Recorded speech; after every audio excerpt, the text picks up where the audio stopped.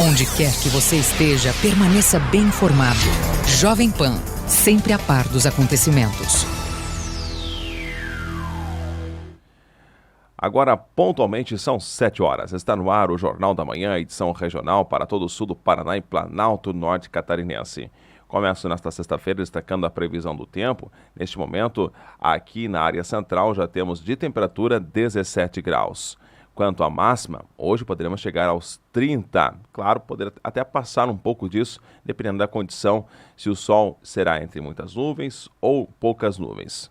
O CIMEPAR só coloca sol entre nuvens. Para amanhã, sim, sol sem nuvens, as temperaturas poderão ser bem elevadas neste sábado. No domingo, também tem previsão de sol, bastante calor, mas aí já devido ao calor, há possibilidade de pancadas de chuva entre os períodos da tarde e também noites. Tanto no domingo quanto na segunda e na terça-feira permanece a previsão de pancadas de chuva. A temperatura nesse momento 17 graus, sendo que a mínima prevista para hoje estava prevista em 12 graus.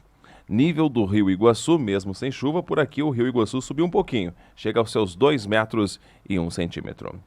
Bom, vamos de informações para a nossa região. Eu conversei nesta semana com o prefeito de União da Vitória, Santinho Roveda, sobre um assunto muito importante, que é a duplicação da BR-476.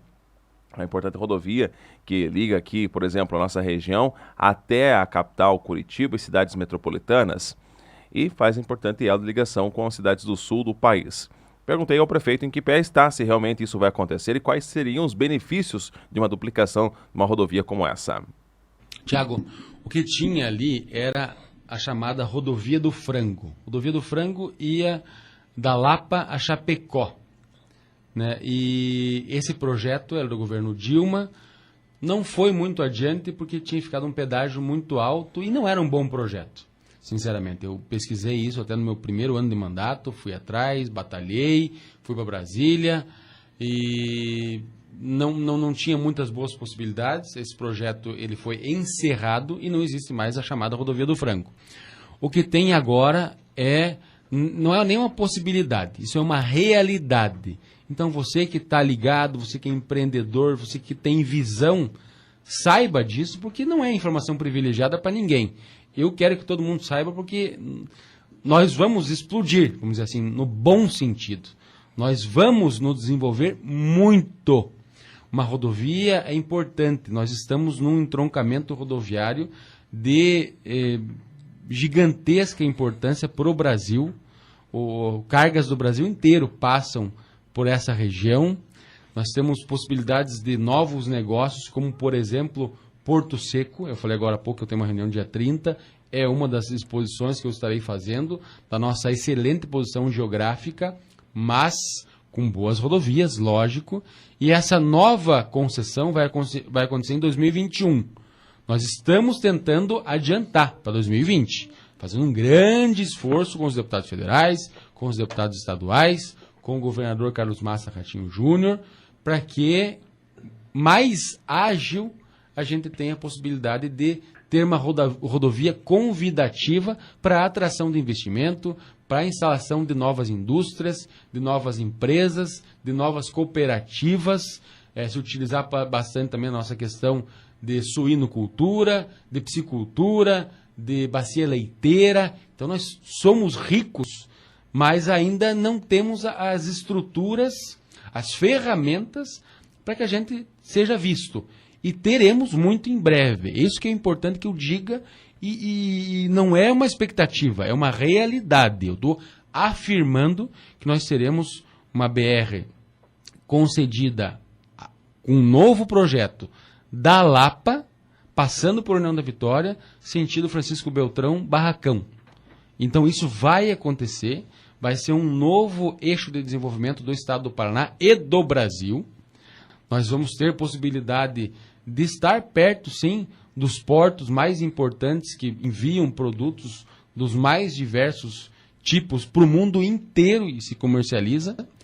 Então, uma BR decente, possivelmente duplicada, é um convite para que venham nos visitar, para que nos coloquem realmente no mapa de cidades importantes e cidades que querem atrair coisas boas, porque União da Vitória tem situações ímpares que outras cidades não têm. E vou te dizer rapidamente quais são essas situações. Nós temos muita qualidade de vida. Por que é importante isso? A hora que o empresário, o empreendedor, quer colocar aqui uma empresa, pode ser pequena, média ou grande, não interessa. Para mim não interessa mesmo. E para mim um emprego é tão importante quanto 1000 empregos. 7h mais 6. Outra informação é que estava prevista a vinda do governador Ratinho Júnior para a União da Vitória no dia de hoje para fazer anúncios importantes, autorização do Colégio Militar, a entrega de um caminhão do Corpo de Bombeiros para o município, entre outros anúncios. Porém, uma agenda de última hora foi marcada com o ministro Osmar Terra. E aí então, esta agenda União da Vitória teve que ser cancelada. Uma outra oportunidade, o governador estará vindo então para o nosso município. Outro destaque para a União da Vitória, é claro, é o garotinho Gustavo, que foi um pré-selecionado pelo Bolshoi e estará indo a Joinville. Esse garotinho, ele estuda ali na região do Limeira e participa do projeto Contraponto, que aqui já anunciamos como funciona esse projeto. Mas hoje a gente vai ouvir então os comentários, principalmente da professora desse projeto, que é a professora Renata Tavares, sobre a participação do seu aluno, né, nessa pré-seleção que houve em Porto União da Vitória. E, claro, ele agora um selecionado que estará indo para Joinville. O Bolshoi veio pela primeira vez a Porto União, né, e o Gustavo sempre foi um menino que chamou atenção. Quando ele dança, a gente sente que tem um amor pela dança muito grande, né? E é um menino que não tem muito, né, é um menino de família humilde e não teria muitas oportunidades, né, se a gente não tivesse meio que descoberto ele. Ele estuda lá no Didi Augusto, que é a escola que a gente atende no Limeira, e eu falei com a diretora, a gente precisa levar o Gustavo e outras crianças também, mas o Gustavo me chamava a atenção, o Gustavo, a Camille e algumas outras crianças que eu pensava, esses não podem deixar de fazer a prova. E aí foi assim, a gente organizou para que eles viessem, as mães trouxeram e ele conseguiu passar. Acho que a minha intuição estava certa. Então, para mim foi uma emoção muito grande, de verdade. Eu fiquei assim, querendo chorar, fiquei muito emocionada quando eu vi o nome dele, porque é uma seleção extremamente disputada, né? Porque o Bolshoi só tem essa escola fora da Rússia. Então eles dão o mesmo tratamento aqui. Vocês sabem que o balé russo é um dos balés mais tradicionais, né, do mundo. Então é o mesmo treinamento de bailarino profissional que ele vai ter como se ele estivesse na Rússia, né? Então é uma oportunidade única e se ele passar nessa segunda fase, ele vai ter com certeza uma carreira de sucesso internacional. E claro, para complementar este comentário da professora Renata, vamos ouvir o vice-prefeito e também secretário de Cultura de União da Vitória, Bachir Abbas, falando sobre a importância desses projetos culturais que são desenvolvidos principalmente no contraturno das crianças. Essas crianças poderiam estar na rua, né, cometendo tantos atos ilícitos que lamentavelmente ocorrem Brasil afora, mas não, estão lá aprendendo algo de bom. Tanto é que o garoto do Gustavo é um exemplo disso. A gente fica muito feliz pelo resultado que está dando esse projeto, dentro daquela ideia de estar plantando sementes. Para você, esse espaço que a gente está aqui hoje era um espaço que estava totalmente abandonado. Esse projeto começou com a ex-secretária Franciele Misturini, toda a equipe da cultura, com a Cleo, com o Ricardo, com a Fernanda, revitalizaram esse espaço. E numa parceria com a professora Renata, a gente tem que salientar, é mérito total da professora Renata, que mesmo o projeto se encerrando na Unespar, resolveu tocar adiante esse projeto. Então, e o resultado é esse. O resultado talvez nunca foi de rendimento, o resultado principalmente é de tirar essas crianças da rua, dar uma oportunidade para essas crianças. Esse projeto já atendeu mais de 250 crianças na nossa rede municipal, começou aqui no Espaço Estação e se espalhou para as escolas municipais. Eu acho que o objetivo é principalmente esse, dar uma oportunidade para essas crianças que não teriam uma oportunidade com uma profissional fantástica, espetacular, especializada, com diversas qualificações que eles não teriam. Se não fosse a professora Renata e toda a sua equipe, sempre falo, a gente não faz nada sozinho, mas se não fosse toda a sua equipe, elas não teriam essa oportunidade. A diretora Glaucia também, a gente tem que salientar que tem esse espírito. A gente procura diversas pessoas, mas a diretora Glaucia, no Didi Augusto, ela tem esse espírito de colaboração. No primeiro momento que nós fomos com a professora Renata, ela falou, não, nós queremos, deixe para o Didi Augusto. E como é bom ver esse resultado, um jovem lá da Limeira, tendo a oportunidade de estar na melhor escola de balé do mundo. Vocês vejam a imensidão que é isso daí, o alcance que é isso daí. E a gente está torcendo, como a professora Renata falou muito bem, sem fazer pressão, nada, ele já é um vitorioso. Ele, toda a equipe do Tio Augusto, esse projeto, um projeto que a gente tem em mente com a professora Renata, quiçá a gente está desenvolvendo em todas as escolas municipais. 7h11, um breve intervalo, já tem mais informações aqui no Jornal da Manhã.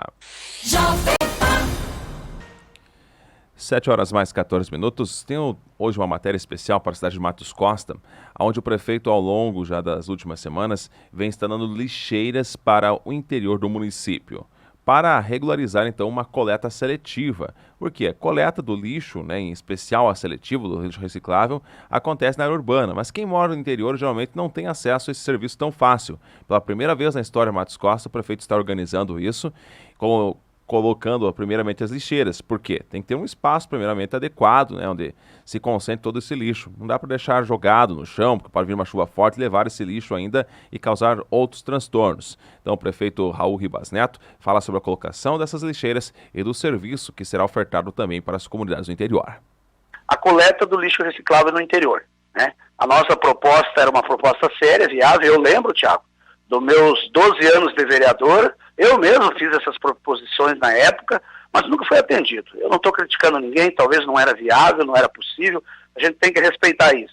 Mas graças a Deus agora conseguimos implantar, através desse programa que nós criamos o ano passado, desenvolvido principalmente nas escolas, para melhorar, sem dúvida nenhuma, a conscientização que a cidade limpa é responsabilidade de todos, não apenas da prefeitura e do setor do urbanismo.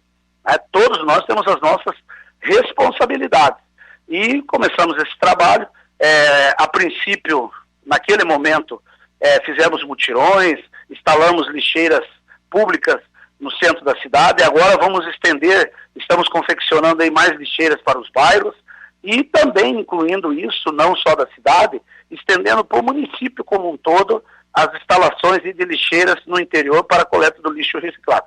Já foram instaladas aí nas comunidades, vamos confeccionar mais algumas a pedido também de moradores do interior. Fizemos em pontos estratégicos, logicamente que não dá para se estender muito, tem que fazer com organização para que a gente possa fazer essa coleta num período correto. E agora nós estaremos nessa semana fazendo um cronograma de como será feito e qual a data que será feito por comunidade, estaremos divulgando. Isso é a conscientização, né? É o trabalho de todos. Agora é importante frisar que é preciso também, não basta só ter a lixeira se as pessoas não colocam o lixo lá. Mas eu não tenho dúvida que a nossa cidade está bonita, o interior está bonito, o povo tem colaborado muito, a administração é parceira da comunidade como um todo, do interior da cidade, e é assim que se faz o progresso, né? No dia a dia, com dificuldade, com muita luta, mas acima de tudo com muitos resultados positivos. Educação em destaque, senhores pais em União da Vitória, ficar atentos porque mudou a forma de ingresso das crianças nas creches, no ICMEIs. Agora é uma fila única. O secretário Ricardo Bruniago fala que os pais, inclusive, podem escolher aí o ICMEIs, né, para colocar o seu filho, né, nessa nova listagem, esse novo método que será já válido para o próximo ano letivo. Nós deixamos uma abertura aí para que seja dada a opção para essa família poder estudar aonde mais lhe for conveniente. Haja visto dos horários, né? A gente sabe de que o CMEI inicia às 7, termina às 6 horas da tarde, e com isso, né, nós temos aí os pais que precisam deixar o seu filho, por exemplo, né, exatamente vai ter que pegar nesse horário, e se for lá no local da residência, ficará mais difícil. Então, nós vamos oportunizar uma única inscrição em uma das 3 regiões, região central, região sul, ou então no distrito de São Cristóvão, a qual qualquer munícipe residente em qualquer local de União da Vitória poderá optar por uma dessas 3 regiões. Importantíssimo destacarmos também, União da Vitória é um dos poucos municípios de todo o Brasil que atende a maior parte das nossas crianças em turno integral. Ou seja, não é meio período, né? Geralmente, 90% das nossas crianças do ICMEIs entram de manhã, 8 horas da manhã, e saem 5, 5 e meia da tarde, né? Ou seja, fazem todas as suas alimentações, dormem, almoçam dentro das nossas escolas. E o secretário enalteceu a qualidade de educação do município de União da Vitória, um ranking a nível aqui de Brasil, colocando o município de União da Vitória nas primeiras colocações. Ficou entre as 3 melhores do Paraná e a nível nacional em 9º lugar. Nosso primeiro lugar em relação à União da Vitória em todo o estado do Paraná, o qual nós devemos nos orgulhar bastante, porque ele levou em consideração o tempo que a criança passa dentro de cada CMEI ou cada escola da nossa região, seja ela projeto ou então em turno regular, a qual nós atendemos aí uma elevadíssima parcela da nossa comunidade escolar em turno integral. Sem dúvida, né, nós estamos trabalhando bastante. Outra questão a nos orgulharmos bastante em relação ao 9º lugar no Brasil todo. Perceba aí quantos milhares de municípios nós temos, então é um motivo sim de nós batermos no peito, dizermos que nossa educação de União da Vitória, a educação pública da nossa região é fantástica, merecedora aí de todos os louvores.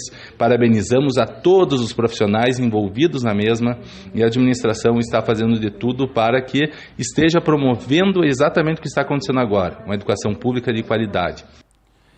E a nível de Paraná, vem a matéria hoje com o governador do estado, Ratinho Júnior, numa série de reportagens.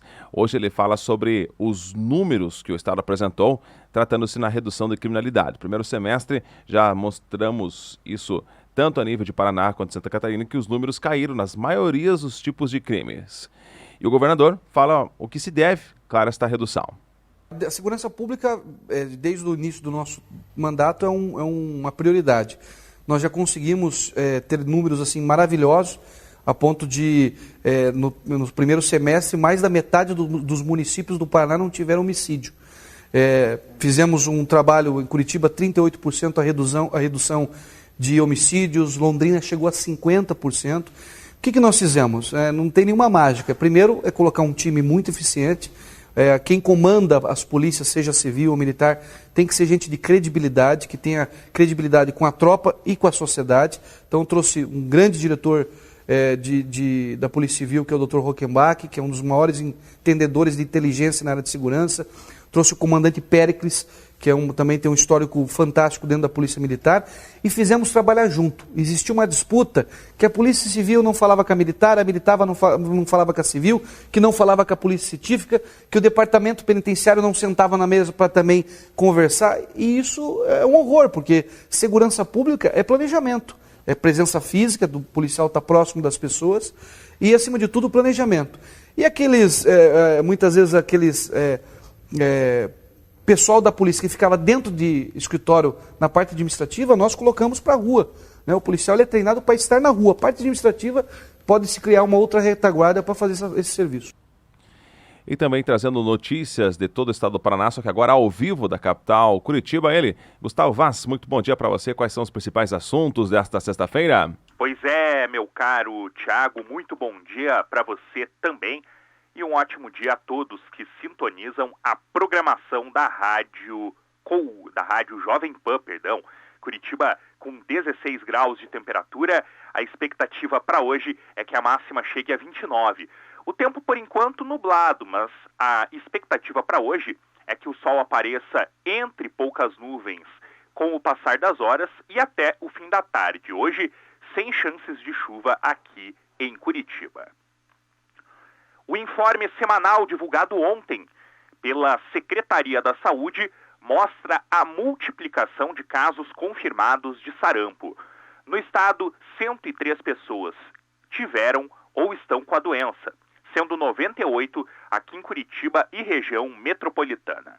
Nesta semana foram 5 confirmações em Jacarezinho, Ponta Grossa, Maringá e Rolândia. Começou nesta semana a primeira etapa da campanha de vacinação contra o sarampo, que segue até o dia 25.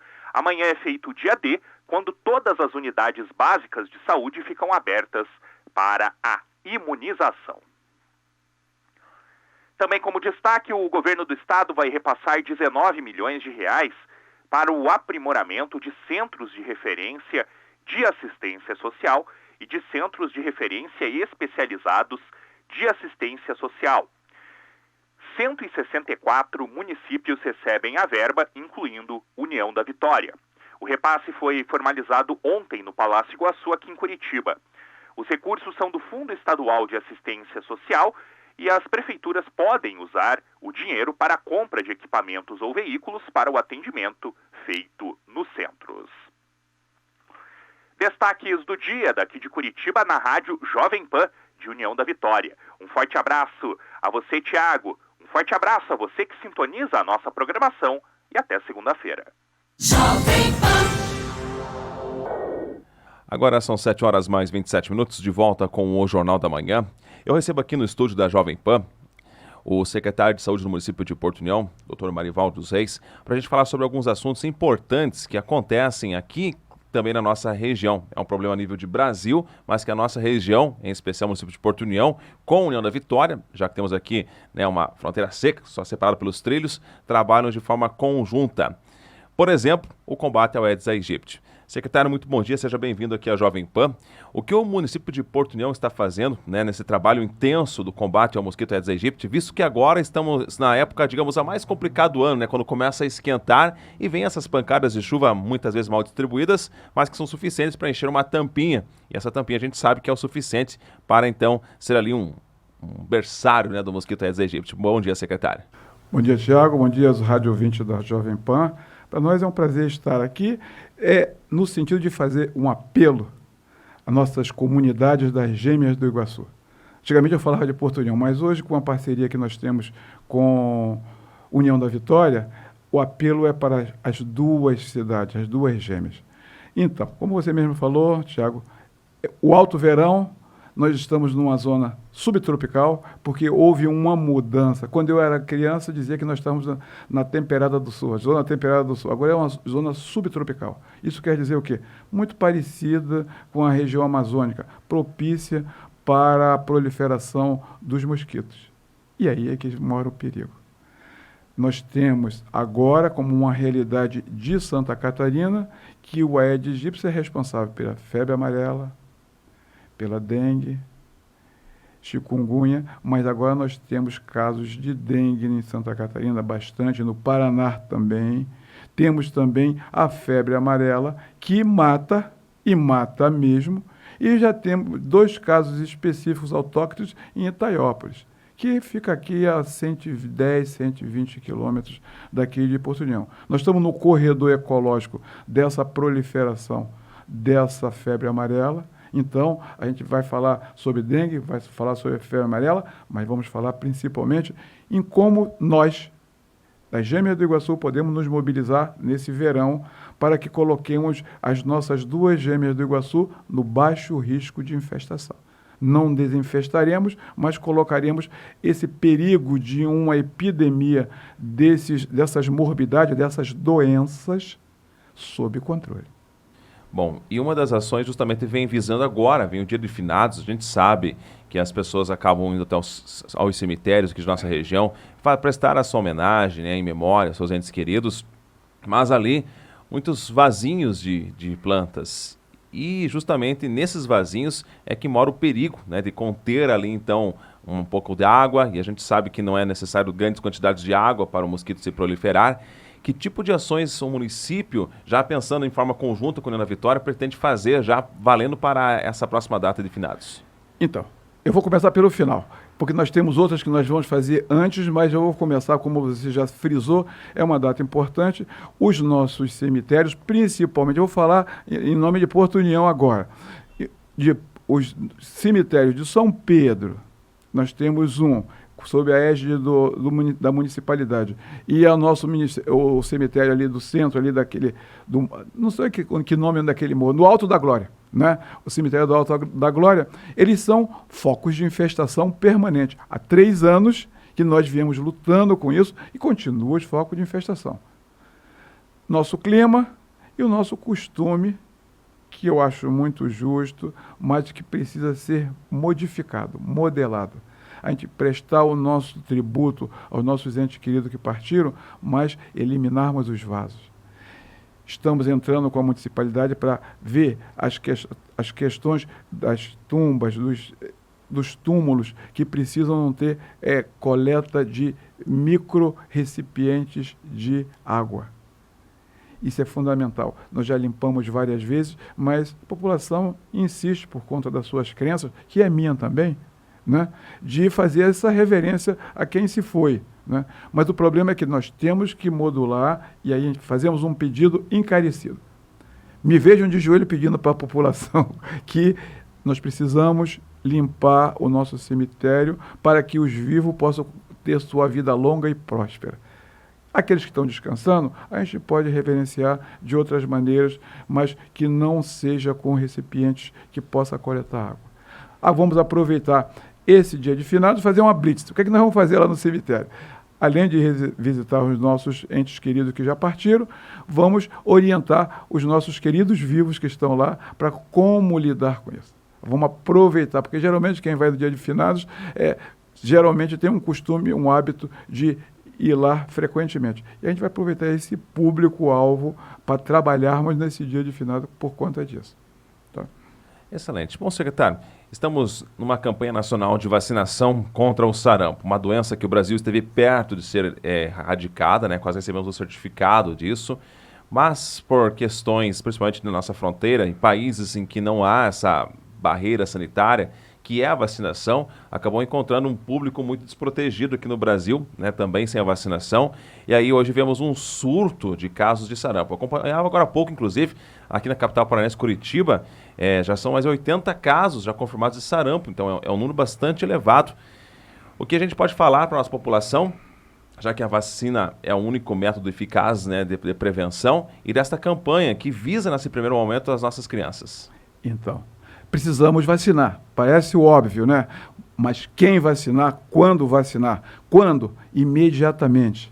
Quem vacinar? As crianças. Você tem que ter a tríplice viral, primeira e segunda dose. Às vezes toma a primeira dose, mas tem que tomar a segunda. Os jovens, adultos jovens de 20 a 40 anos. Por que adultos jovens? Geralmente a gente fala assim, o ancião, o idoso, aquela questão. Por que o adulto jovem? Porque nos últimos 30 a 40 anos, houve uma negligência das pessoas, das unidades sanitárias, e houve uma campanha quase que criminosa de dizer que vacina não funciona.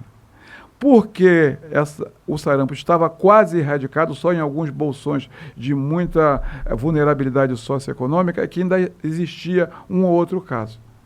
E essa negligência histórica, ao longo dos últimos 20, 40 anos, estabeleceu uma geração que ficou adulto e não se vacinou. E isso é extremamente complicado. O que é que nós precisamos fazer agora para esses adultos jovens? Entre 20, 40 anos e os 15, 16, que agora nós, de 10 anos para cá, voltamos a essa intensificação da campanha vacinais.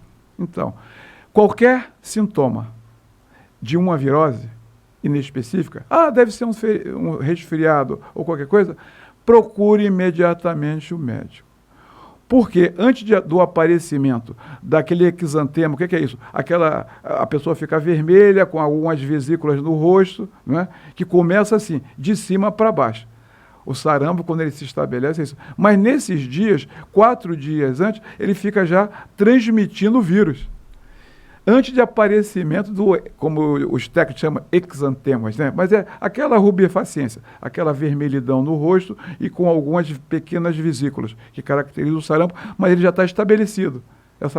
Nessa fase nós temos uma janela, 4 dias antes, 6 dias depois, é a janela de transmissibilidade do vírus.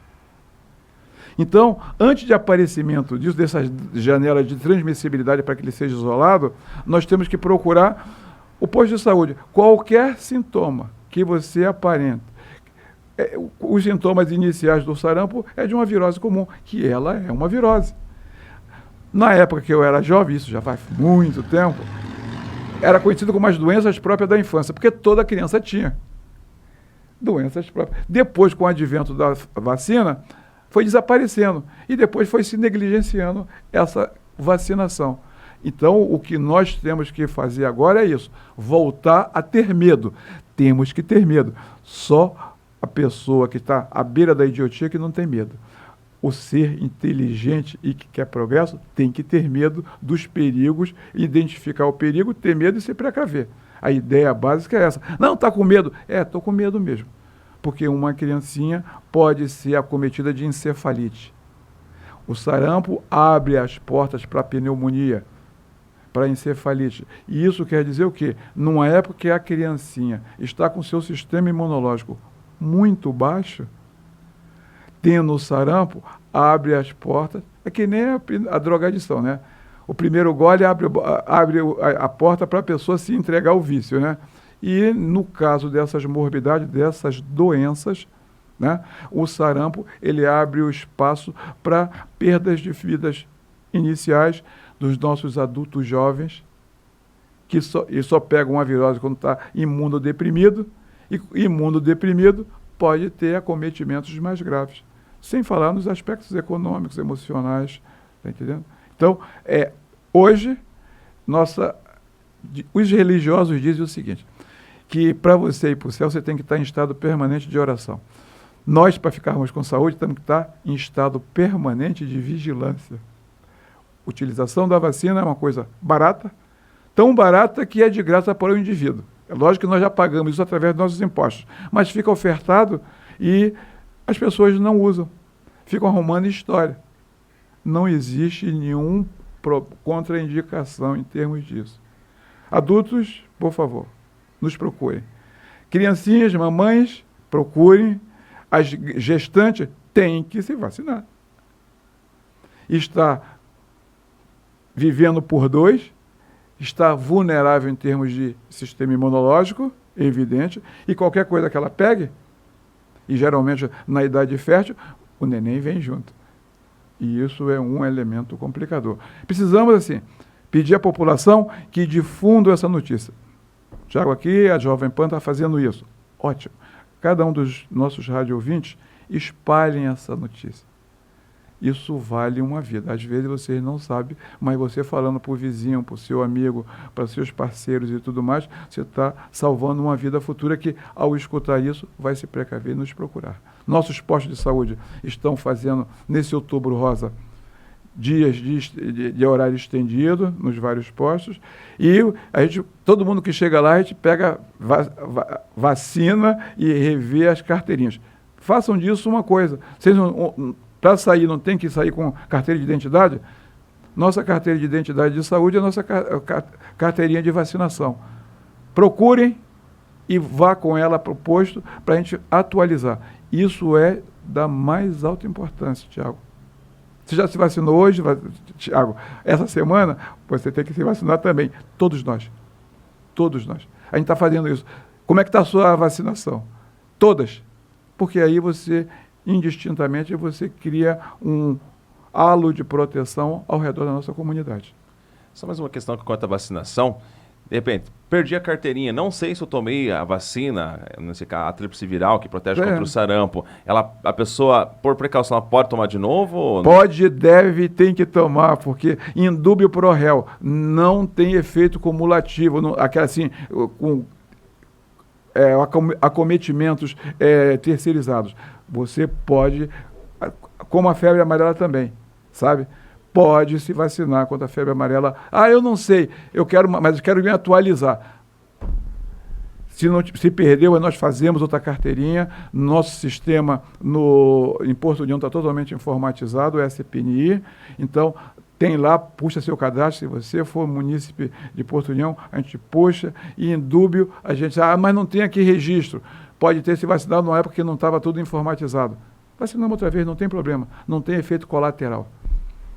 Excelente, secretário. Quero agradecer a sua participação aqui, trazer essas questões muito importantes de momento aqui para a nossa sociedade Porto União na Vitória.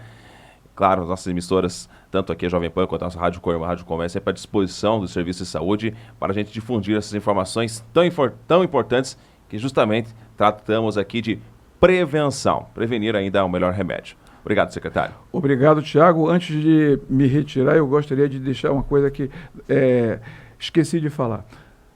Terça-feira que vem, nós estaremos fazendo uma sala de situação para mobilizarmos as duas gêmeas contra a dengue e contra a questão do lixo.